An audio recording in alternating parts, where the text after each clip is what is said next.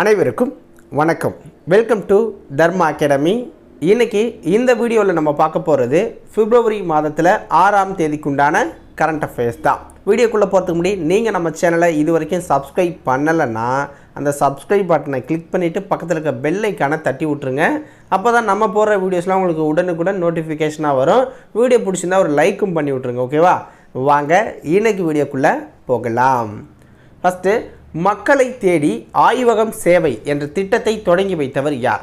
மக்களை தேடி ஆய்வகம் சேவை என்ற திட்டத்தை தொடங்கி வைத்தவர் யார்? ஆன்சர் பாருங்கள், மா சுப்பிரமணியன் அவர்கள் தான். ஓகேங்களா? மா சுப்பிரமணியன். இவர் யார்னா மருத்துவ மற்றும் மக்கள் நல்வாழ்வுத்துறை அமைச்சராக இருக்கிறார். மருத்துவ மற்றும் மக்கள் நல்வாழ்வுத்துறை அமைச்சர் தான் மா சுப்பிரமணியன். அவர் தான் தொடங்கி வச்சிருக்காரு. கன்னியாகுமரியில் தான் இந்த திட்டத்தை தொடங்கி வச்சுருக்காங்க. பிப்ரவரி 5ஆம் தேதி கன்னியாகுமரியில் பிப்ரவரி 5ஆம் தேதி தொடங்கி வச்சுருக்காங்க.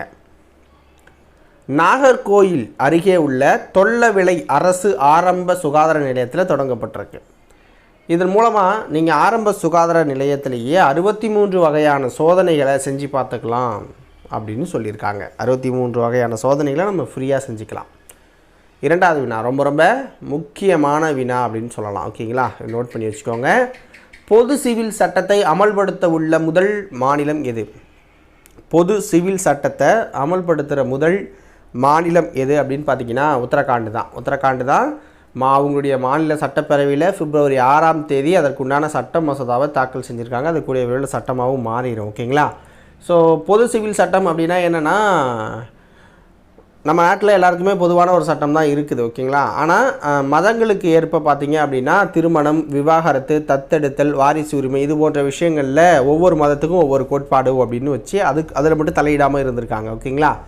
இப்போ என்ன பண்ணுறாங்க அப்படின்னா இந்த விஷயங்கள்லேயும் பொதுவான ஒரு சட்டம் தேவை. திருமணம், விவாகரத்து, தத்தெடுக்கிறது, எல்லாத்துக்குமே ஒரே சட்டம் தான். நாட்டில் நீ எந்த மதமாக இருந்தாலும் ஒரே சட்டம் தான் அப்படிங்கிற மாதிரி கொண்டு வர போகிறாங்க. ஓகேங்களா? ஸோ இது மத்தியில் கொண்டு வரணும். ஸோ இப்போ வந்து ஒரு மாநிலத்தில் அமல்படுத்திட்டாங்க. அதுபோல் ஒவ்வொரு மாநிலமாக இனிமேல் அமல்படுத்திடுவாங்க. ஓகேங்களா? உத்தரகாண்டோட சிஎம் யார்னா புஷ்கர் சிங் தாமி. இவர் தான் சட்டப்பேரவையில் அதை தாக்கல் பண்ணார்.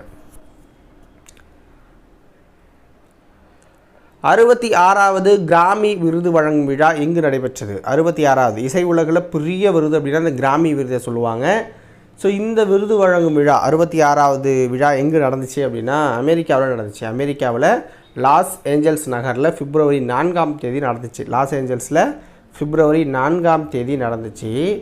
இதில் சிறந்த இசை ஆல்பம் பிரிவில், ஓகேங்களா, தீஸ் மொமெண்ட் அப்படிங்கிற ஒரு ஆல்பம் வந்து சங்கர் மகாதேவனோட சக்தி இசைக்குழு வந்து ரெடி பண்ணியிருந்தாங்க. ஸோ அந்த ஆல்பத்துக்கு தான் சிறந்த இசை ஆல்பம் பிரிவில் இவங்களுக்கு விருது கிடைச்சிருக்கு. பாரத ரத்னா விருது அறிவிக்கப்பட்டுள்ள எல்கே அத்வானி எந்த கட்சியை சேர்ந்தவர்? பாரத ரத்னா விருது அறிவிக்கப்பட்டுள்ள எல்கே அத்வானி எந்த கட்சியை சேர்ந்தவர் அப்படின்னா பாஜகவை சேர்ந்தவர், பாரதிய ஜனதாவை சேர்ந்தவர். வாஜ்பாய் அமைச்சரவையில் போக்குவரத்து துறை அமைச்சராகவும் இருந்திருக்கிறார். நமீபியா நாட்டின் புதிய அதிபராக தேர்ந்தெடுக்கப்பட்டுள்ளவர் யார்? நமீபியா நாட்டின் புதிய அதிபராக தேர்ந்தெடுக்கப்பட்டிருக்கவர் யாருன்னா கோலோ மெபும்பா அப்படிங்கிறவர் தான். கோலோ மெபும்பா அப்படிங்கிறவர் தான் புதிய அதிபராக தேர்ந்தெடுக்கப்பட்டிருக்கார். அதாவது இடைக்கால அதிபர். ஓகேங்களா? இதற்கு முன் அதிபர் இருந்தவர் யாருன்னா ஹாஹே கெயின்கோப் அப்படிங்கிறவர் தான் அதிபராக இருந்தார். அவர் வந்து புற்றுநோயால் இறந்துட்டார். ஓகேங்களா? இறந்ததுக்கப்புறம் இடைக்கால பிரதமராக கோலோ மெபும்போவாக கொண்டு வந்திருக்காங்க. இந்த ஹாகே கெயின்கோப் அப்படிங்கிறவர் 2015 2024 வரைக்குமே அதிபராக இருந்திருக்கிறாரு. ஸோ இவர் பார்த்திங்கன்னா இதற்கு முன்னாடி பிரதமராகவும் இருந்திருக்கிறார். ஓகேங்களா? 1990 தான் நமீபியா சுதந்திரம் அடையுது. ஓகேங்களா? அதுக்கு முன்னாடி பார்த்திங்கன்னா தென்னாப்பிரிக்கா, ஜெர்மனி போன்ற நாடுகளால் அது வந்து அடிமைப்படுத்தப்பட்டு இருந்துச்சு. அதன் பிறகு அவங்கள்ட்ட விடுதலை வாங்கி 1990 சுதந்திர நாடாக மாறுது நமீபியா. ஓகேங்களா?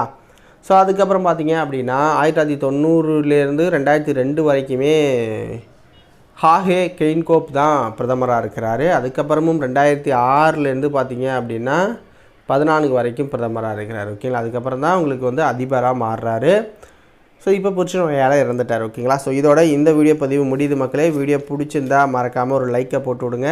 சப்ஸ்கிரைப் பண்ணாதவங்க சேனலை சப்ஸ்கிரைப் பண்ணிடுங்க. நாளைக்கு வேறு ஒரு வீடியோ பதிவில் உங்களை வந்து சந்திக்கிறேன். நன்றி, வணக்கம்.